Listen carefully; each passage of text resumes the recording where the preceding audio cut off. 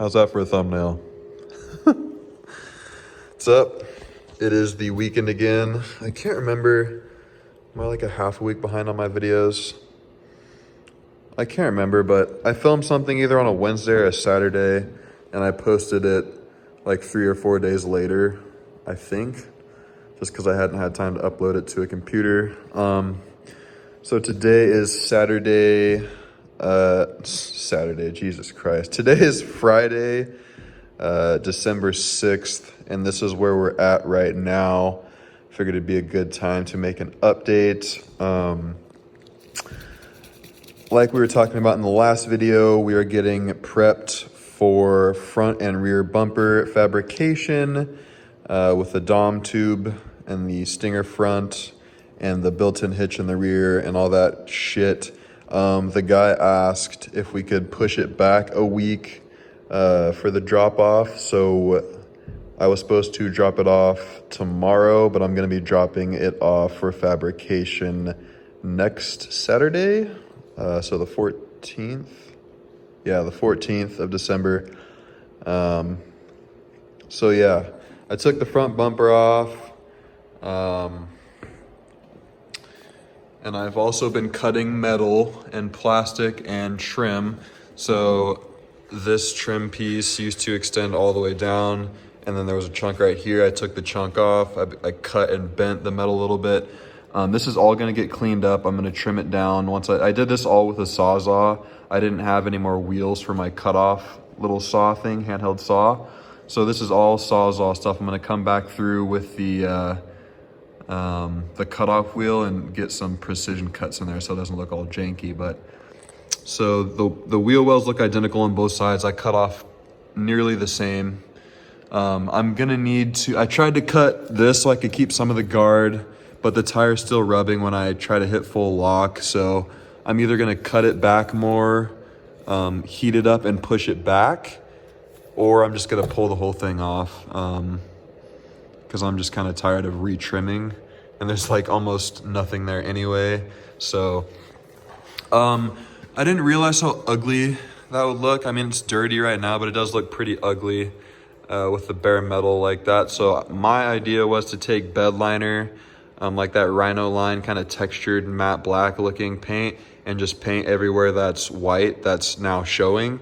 So not the body, or not the actual paint that was showing before I removed the trim, but just the pieces that are under the trim that I removed. So like right here, and then right here, and then right there if I need to. But I'll probably end up cutting this off right here and this piece, so that'll be gone.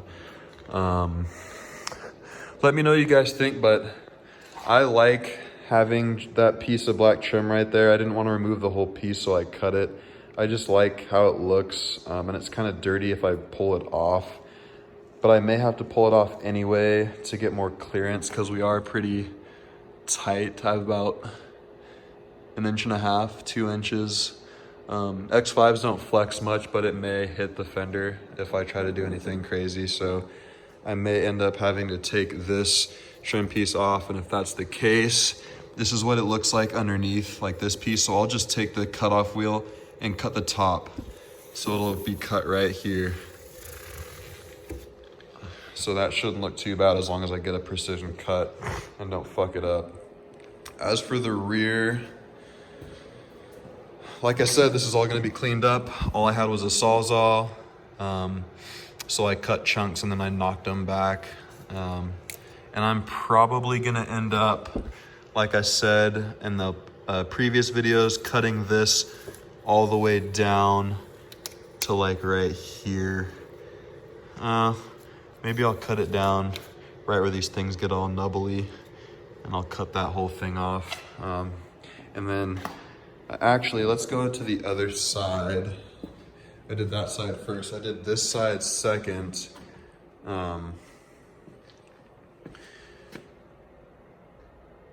And as you can see, I haven't made the slots and knocked it back or anything, but as you can see, I kept the trim piece on. I cut it right here and separated it right there. And it looks way cleaner, in my opinion, to keep this top piece on. So I may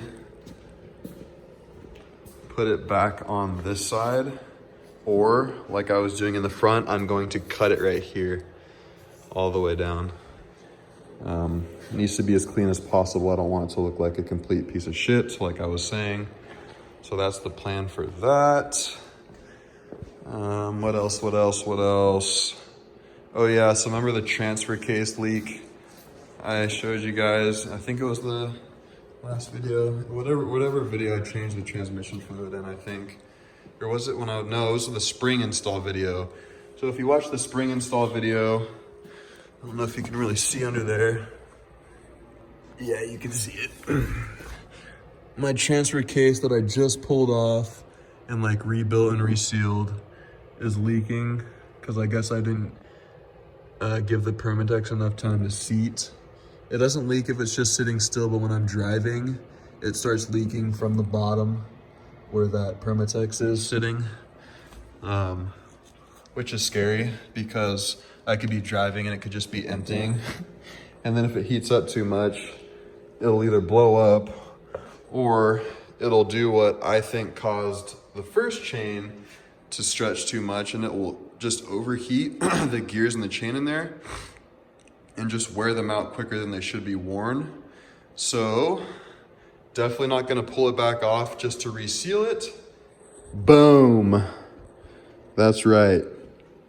So I don't like doing hack shit, but in all honesty, besides fluid changes, that transfer case shouldn't have to come back off for at least like another 150,000 miles to do a new chain.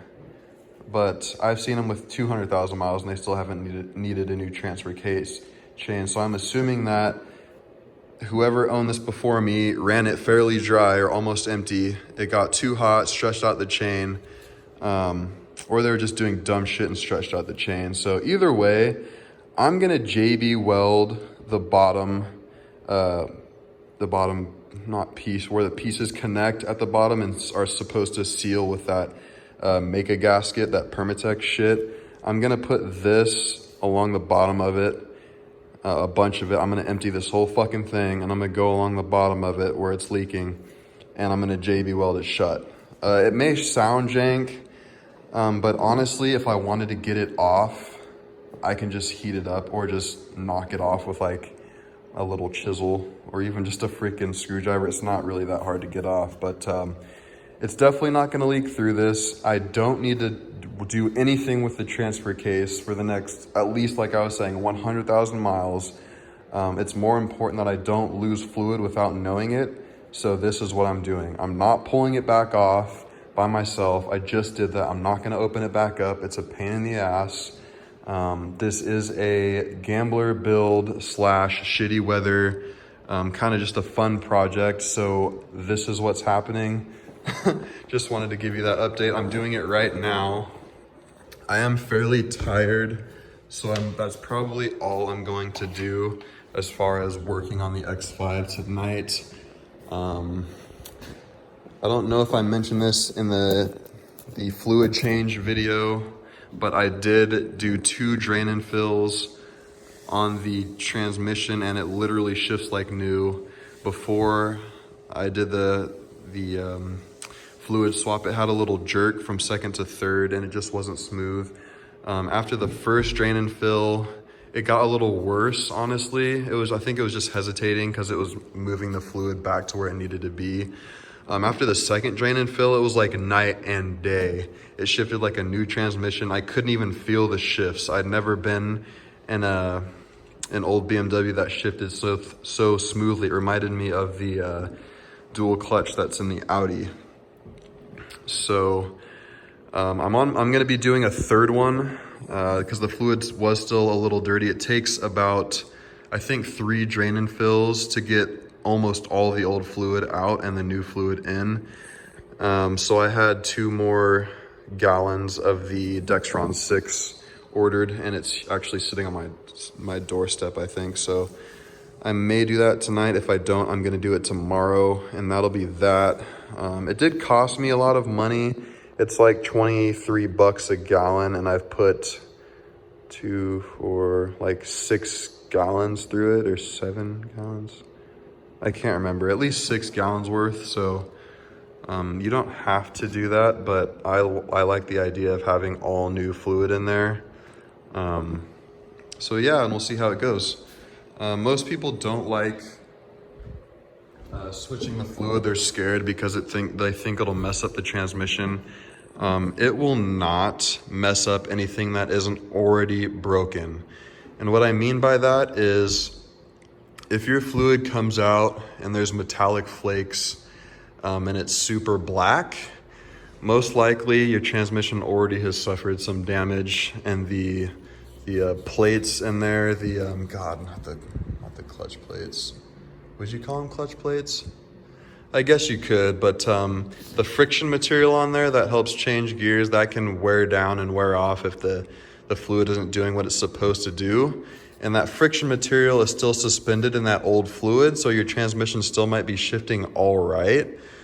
If you drain the fluid and put all new fluid in there, it may take that friction material out, so there's not going to be enough to get smooth gear changes, and you might start noticing a slip. But your transmission was already shot before. Excuse me for a second. Okay, sorry about that. I saw red flashing lights outside of my garage, so I went up to my front door, and it looks like there's paramedics, fire truck, and the fire chief. I believe it's the fire chief. Suburban is out there at my neighbor's house. I'm not sure what's going on. I hope they're all right. I can update that later if I figure out what's going on, but kind of scary.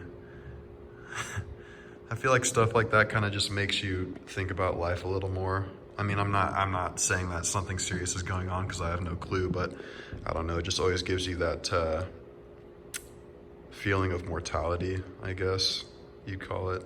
Anyway, like I was saying about the transmission, changing the transmission fluid is not going to damage anything that wasn't already damaged. If you have a completely shot transmission fluid and it's like the friction material is suspended in the fluid.